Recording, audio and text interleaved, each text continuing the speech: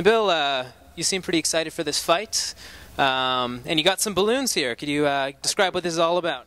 The balloons are actually they're special fundraisers that we do every year for Special Olympics, and we're doing it this Saturday. So the balloons are marked right there. You can see them. Special Olympics Ontario.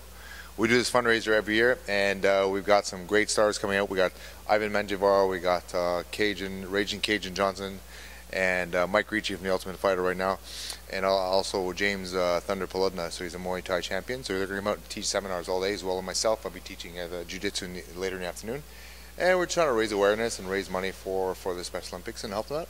Terrific. So what can the people watching do to help out? They can come by to the club and take a class, or if they don't want to take a class, they can make a donation on our website. But we prefer them to come down and sort of participate with everybody. The opening ceremonies are 11 o'clock. We're going to sing "O Canada" and get going. Terrific. Now, this fight with Mark coming up, this has been 3 years in the making, almost. And why don't you walk us through the fight that happened December 2009?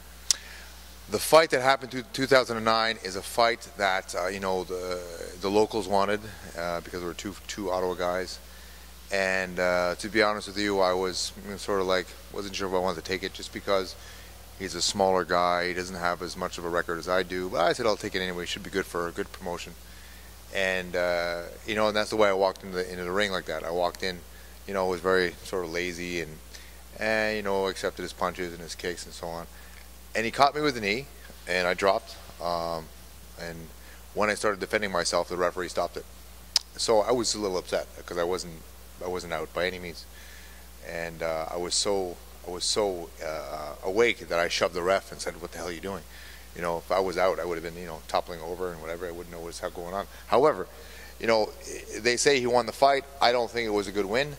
And people are saying, it wasn't a good stoppage, and his side is saying it is, and so on, which is normal. His side is going to say that, my side is going to say something different. So I'm glad that he's, stepping up and wants to finish it, so to speak, and I'm glad that he's doing that. So it'll be a good fight either way, whether he wins or I win.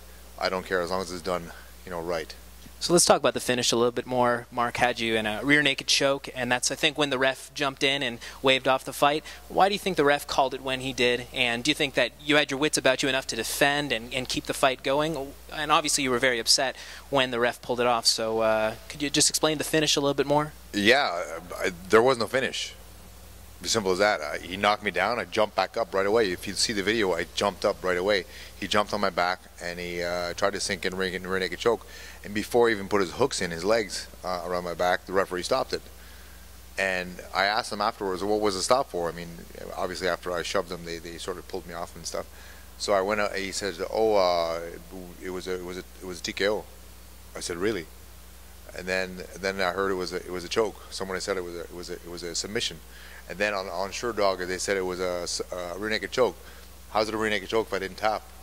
Or how's it a knockout if I wasn't out? So I don't quite understand. I fought the commission on it, and they stuck with his decision. So what does this rematch mean to you personally? And as you alluded to before, what does it mean to Ottawa MMA to have a few of the top guys in Ottawa go head to head for a second time? I think it's great for local guys or local fans to be able to see a really good fight. Because Ottawa Academy of Martial Arts, to have a big crew. Team Bushido MMA Fitness Center has been around a long time. We have a pretty big crew as well. And we have a lot of fans from my side. He's got a lot of fans from his side, and I think it's going to bring a lot of people to the show, and it's going to show that we're professional fighters. After the fight, we'll shake hands, maybe have a beer afterwards, whatever the thing. We're pros. We're not street fighters. So there's no ill will with Mark, nothing like that? This is just a professional thing? Absolutely. I have no problem with Mark at all whatsoever. So has this fight been on your radar for the past 3 years? Is this the fight that you want back the most? You've had a few big fights in between December 2009 and now, but is this the fight that you want most? One of. The other one is Nathan Gunn. So, the Nathan Gunn thing was a problem. People say, some people on blogs, they'll say that they complain too much about my fights, but what are you gonna do? He didn't finish me, and I had him down every round. Talking about the Nathan Gunn fight. So and all of my professional UFC MMA fighter friends see the fight and they say I won the fight. So what am I supposed to do? Who am I supposed to believe? And you've had some very tough fights, Nathan Gunn, Dan Hornbuckle, UFC vets, Bellator vets, and your record doesn't exactly reflect the caliber of opponents that you've been facing. Now, some other fighters might want to pad their record with some easier fights, but you just keep on taking on some very tough guys. It's a bit of a reputation that you have to take on some very tough fighters. Why is it that you want to take these tough fights? So remember back when I said when I fought Mark I was a little bit lazy and whatever. That's the thing. It's a mental, almost a block that I have when I'm sparring with beginners. It kind of like I don't really push myself enough, and it was a mistake with Mark because he's a good striker, you know. And I should have pushed the pace a lot more. And when I fight the better, you know, or higher level or more experienced guys, you see my attitude and my skills change. It's just the way it is, you know. And so this time it's going to be very, very different. So yeah. That's just the way it is. It's mistakes that I make. I make a lot of mistakes in you know, in training and stuff like that, and that's where I learn. So what's going to be the difference in your mindset going into this fight? Is the game plan going to change at all, or are you just going to implement it a little bit more assertively? Yeah, my game plan never changes with any of these guys that I fight. It's always the same. You know, you work to stand up, and if that doesn't work, you work to takedowns and so on. So everything's the same. It's just a little bit more aggressive, a little more assertive. And you know, cage control, and be the more aggressor. So that's the only way we win. And Bill, you're approaching Randy Couture age in MMA years. What? 100? Exactly. What? You're getting up there. I mean, you're still obviously got a lot of life in you, and obviously we've seen some fights recently where older guys. I'm thinking of Vitor Belfort and John Jones. You see a bit of an age disparity. Of course, Vitor came very close to finishing the champ.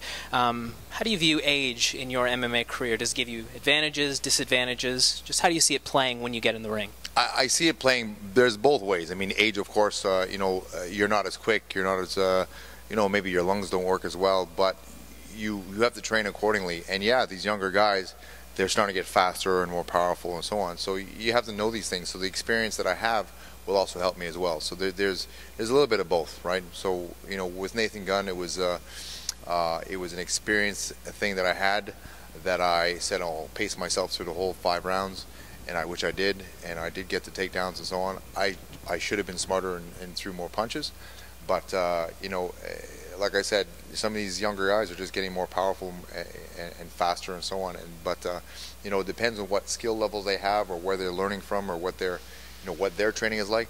Everyone's different. It really is. So. And so, how's training going so far for this rematch? Training's been going really well. It's always good training with TriStar Gym and training with my boys here, and I train at Evolution as well for my jiu-jitsu, and it's been going really well. Training twice a day like I normally do.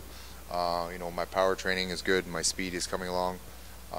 And my wrestling is gotten much better, so you know, so we'll see what happens. You sound like a pretty busy guy. You're managing Team Bushido here.